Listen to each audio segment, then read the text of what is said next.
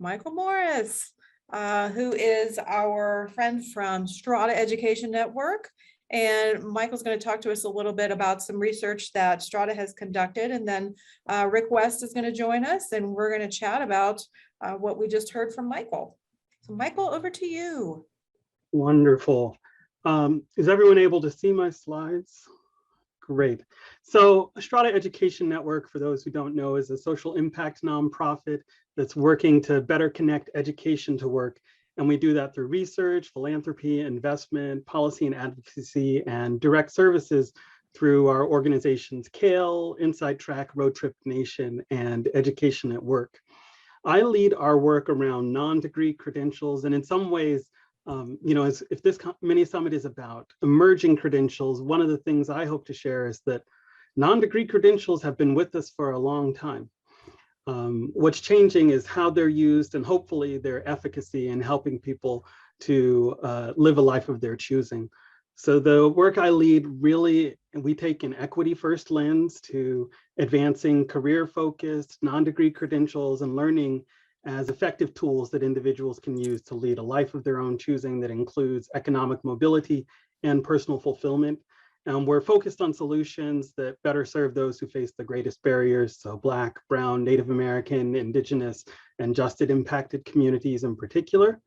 And we see these non-degree credentials as an emerging source of transformative innovation for more established education and training providers in the landscape overall. And I'm going to go off script already and just share a little bit before I jump into the research about why this matters to me. And I am, with my wife, our adoptive parents of 7 children who are siblings. And we adopted them out of foster care, and they've experienced some trauma in their background. And they all have unique talents and capabilities and skills and needs. And as I think about the world that they will inherit in their future careers, our oldest just turned 17 on Friday. I am really thinking, what is going to be the right combination of tools, for example, for our oldest? Maybe at some point it will be college, maybe it will be initially, a really high quality work experience that is articulated into a non-degree credential that then is articulated into a degree. I don't know exactly what that combination of tools is going to be for him to lead the life that he wants, but I'm very interested in advancing that, and that's a lot of the work that we're doing. So overall message here is that there really is still a lot to learn about non-degree credentials, but over the last decade, there is actually quite a lot that we've learned, and Strata has played a key role in doing some of that research. So first thing, non-degree credentials have been growing for decades. 6 times, let me go back there, sorry. So 6 times as many workers have a license or a certification now as compared to the 1950s. And the number of sub-baccalaureate certificates that have been issued by colleges and universities each year has nearly doubled since the 1990s.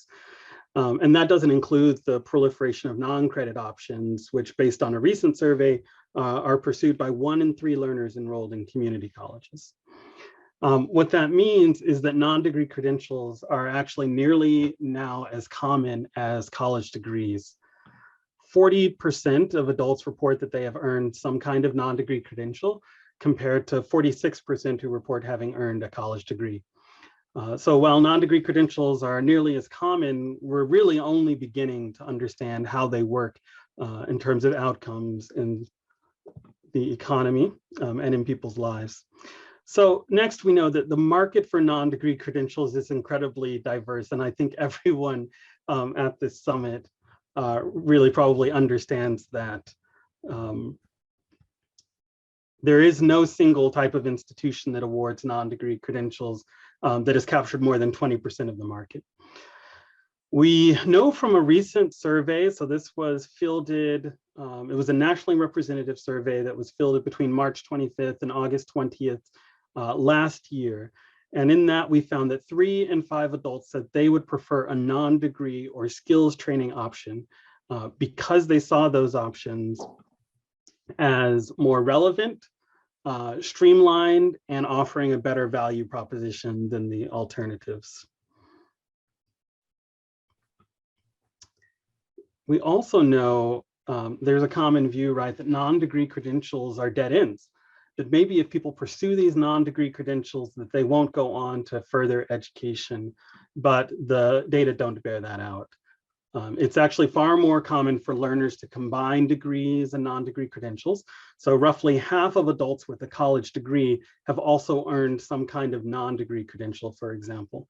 And we know that among adults who've earned both a certificate and a degree, 2 out of 3 earned the certificate first, meaning that the certificate didn't stop them from getting a degree. On the contrary, it was their first step on the ladder to getting a degree.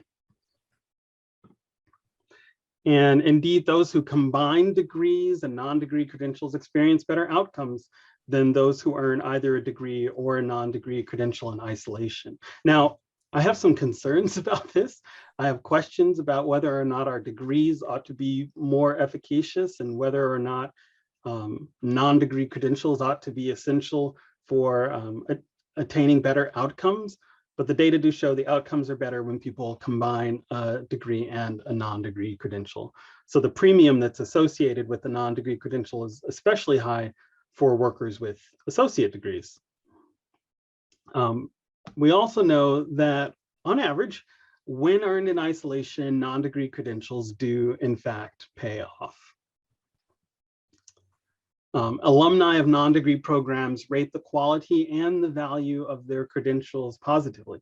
So 65% said they were worth the cost, 59% said the program made them an attractive job candidate, and 49% said the non-degree credential program helped them achieve their goals. So these are outcomes that are comparable to associate degree programs, but still lagging those of bachelor's degree programs. The median annual earnings for workers with non-degree credentials was substantially higher than high school graduates, and job satisfaction rates are comparable to workers with bachelor's degrees.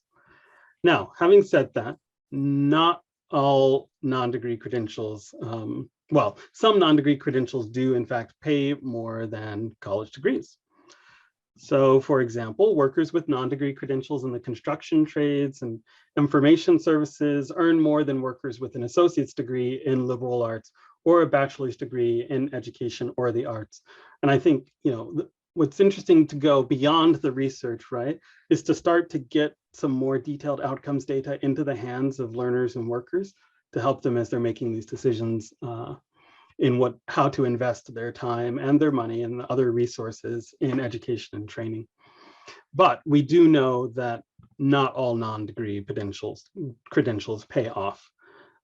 Some provide access to middle wage fields like construction trades or allied health, transportation and logistics, but other non-degree credentials lead to jobs in low wage fields like cosmetology, childcare, and food service, where workers earn less than the average high school graduate. Now, I'm not following the chat right now. I would suspect some might ask if this is just a feature of non-degree credentials being a bucket that's overly broad or a category that's not particularly helpful. I share some of those concerns.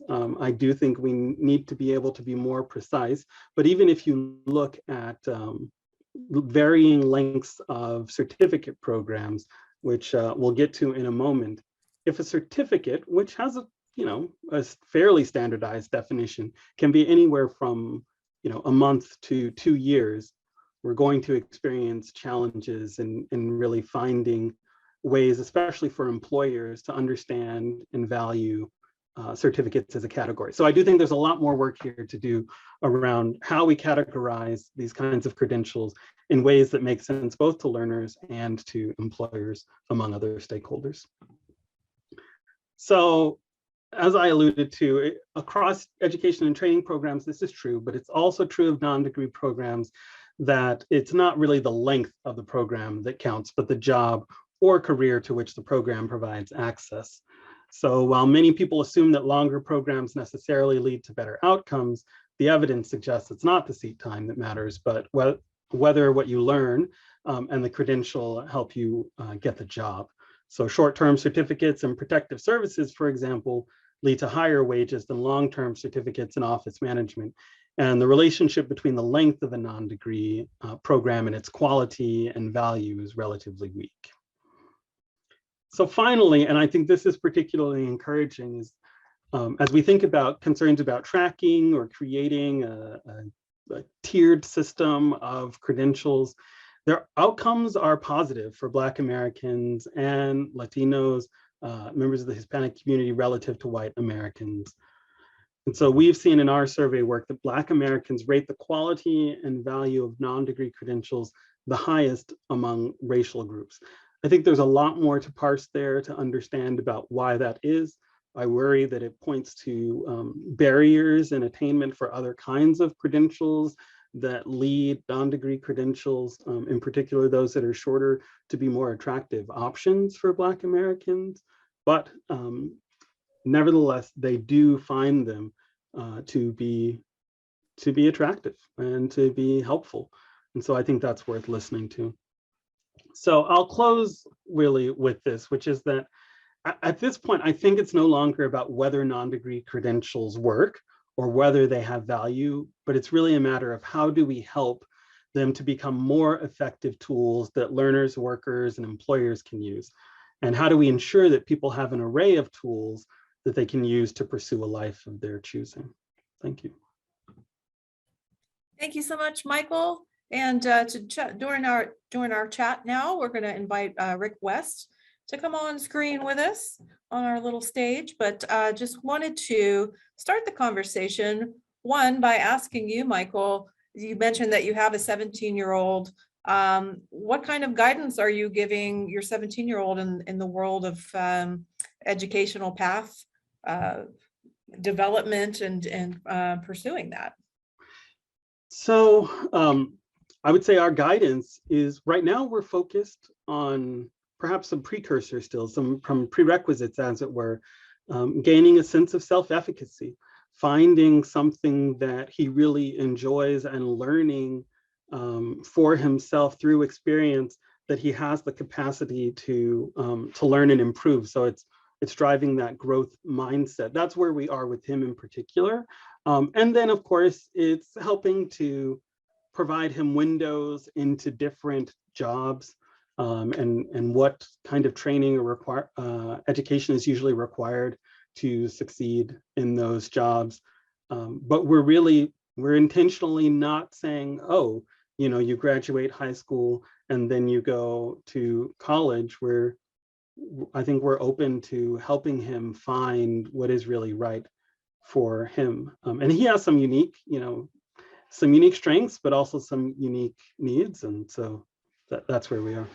Excellent. Thank you so much, Michael. And Richard West, thank you for joining us. If you want to give us a little, maybe some nuggets from your favorite piece of research around this, any stats that you find interesting, and then we'll have a bit of a chat. Well, I'm actually going to go the opposite direction, if that's all right, Stephanie. I'm not going to show any stats in this. And also, it's been a long time, and we've been hearing some really fantastic things today, and I've appreciated all the great presentations and things I've been able to listen to. So what I'd like to do is maybe engage you all in just for 5 minutes and maybe thinking through what is the research we need to be able to do what we feel like we need to do with digital credentials. So start thinking about that. What research do we need? What data do we need? I will share a couple ideas, but more of just a framework rather than actual data. And then I'm interested in having you guys maybe help us think through this a little bit. So I've been thinking about how to conceptualize the research on digital credentials and open badges. I'm at Brigham Young University. I'm a professor there. I've been doing badges myself for about 10 years and been researching them. And so I got a new paper coming out that talks about badges in terms of a 3M kind of an idea. And I think I actually have the image here upside down, so I'll switch to this one, has it better. But that at the micro level, look, there's research that's been done about the impacts on individuals like learners and learner motivation, impacts on what this does for teachers and peers, a little less so, more on the actual learners themselves. There's research done at the meso level, which I would term more of kind of institutional level, which would be impacts on the institutions, the systems, the programs, how it benefits them.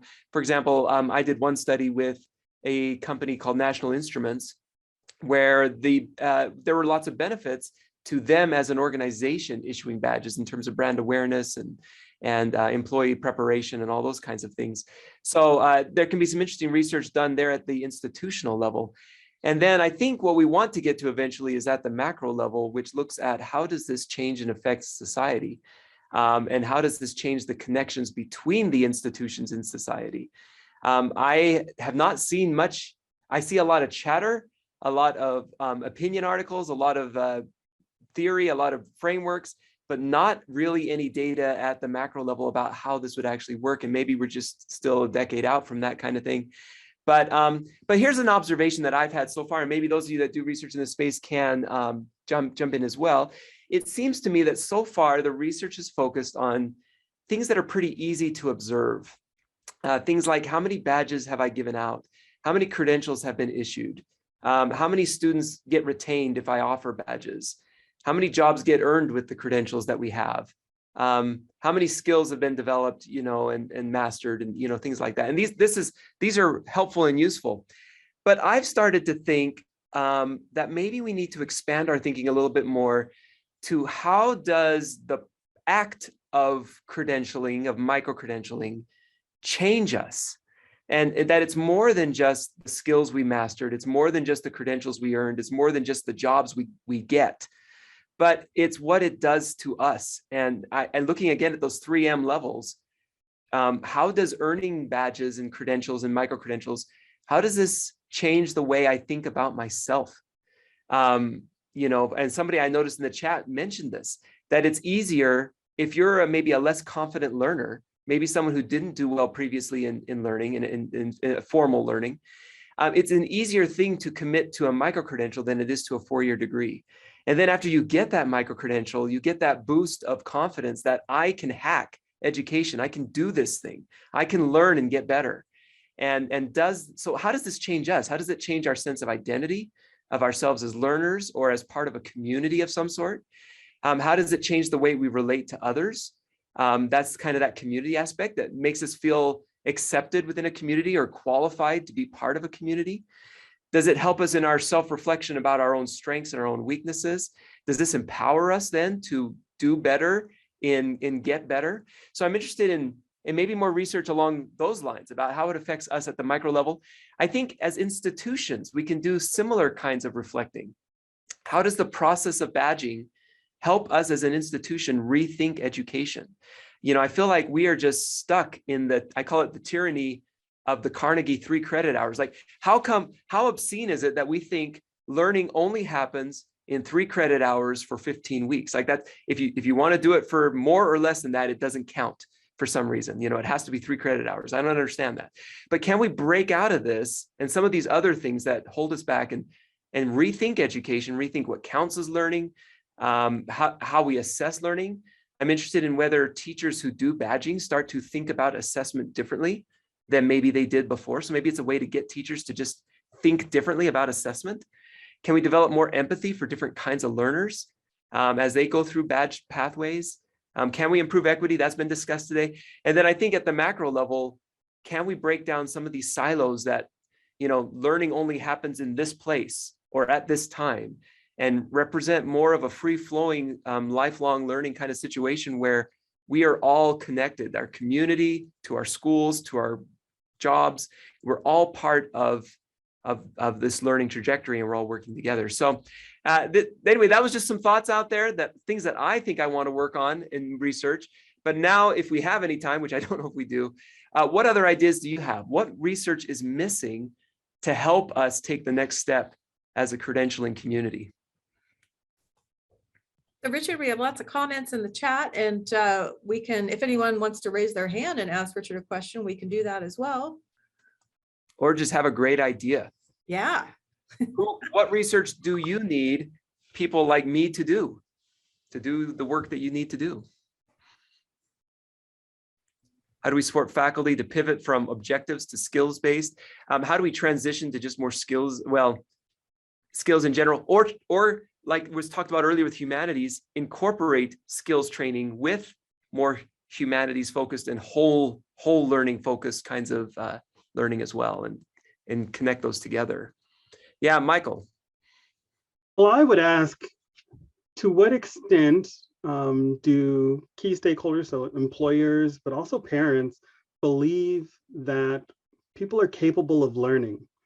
I think one of the students, talked about signaling earlier on, right? And I have this suspicion that employers don't actually believe people can learn, which is why they want education providers to pump out, validated, verified, skilled people, so that then they don't have to worry whether or not that person can learn, because they just think, well, however, somehow they can do this, right? So that's one of my questions is, to what extent do we believe that people can learn, and how do we influence those beliefs? And maybe how do we have a more nuanced conversation about what people can and can't learn? What are the limits there? And then I would say this is one of the big things that I have about, it's not specific to any particular type of credential, but it's really how, from a sort of multi-level understanding, do we know how hiring is happening? Because I think we have outdated and sort of inaccurate notions of the hiring process, even the idea that there could be one hiring process. But how does it really happen? And what role do credentials, among other things, play in these varying hiring processes? I think that's a really good question, Michael, and you shared some data about that a little bit, and that's something I'm looking at. We're doing work right now where we're talking to employers and about that. So leaving that aside, going back to your earlier one, how much do people think that learning can happen for people of various kinds? So at the micro level, again, how can credentialing help people think that they themselves can learn? But then how does it change the way the institutions look at the learner and say, what are you capable of? I'll give you just a quick kind of thing about this. I also do research in creativity. That's a different research area that I got into before I got into credentialing. And they surveyed people about, do you think creativity is innate versus it's something that can be learned? And it was really shocking that I think it was something like 75% of the teachers that they surveyed, felt like creativity was innate and not learnable. And so you think these are the people teaching kids and us adults and thinking, some people just have it and some people don't, and there's not a whole lot we can do about it. Well, if those kinds of perceptions are, common, then that affects how much learning we can actually do. And can moving towards a more credentialing kinds of system shake that up a little bit and shake up those notions of our perceptions of each other. All right, anyone else?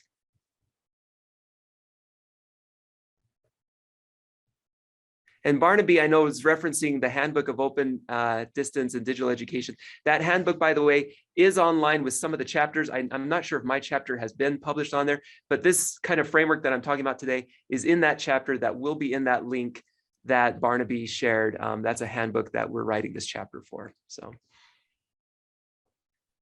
Excellent. Well, thank you, Richard. I appreciate your input. And yes, as people are submitting ideas, we'll definitely pass that along to you and Michael regarding what kind of research they think needs to happen next to get us to where we need to be.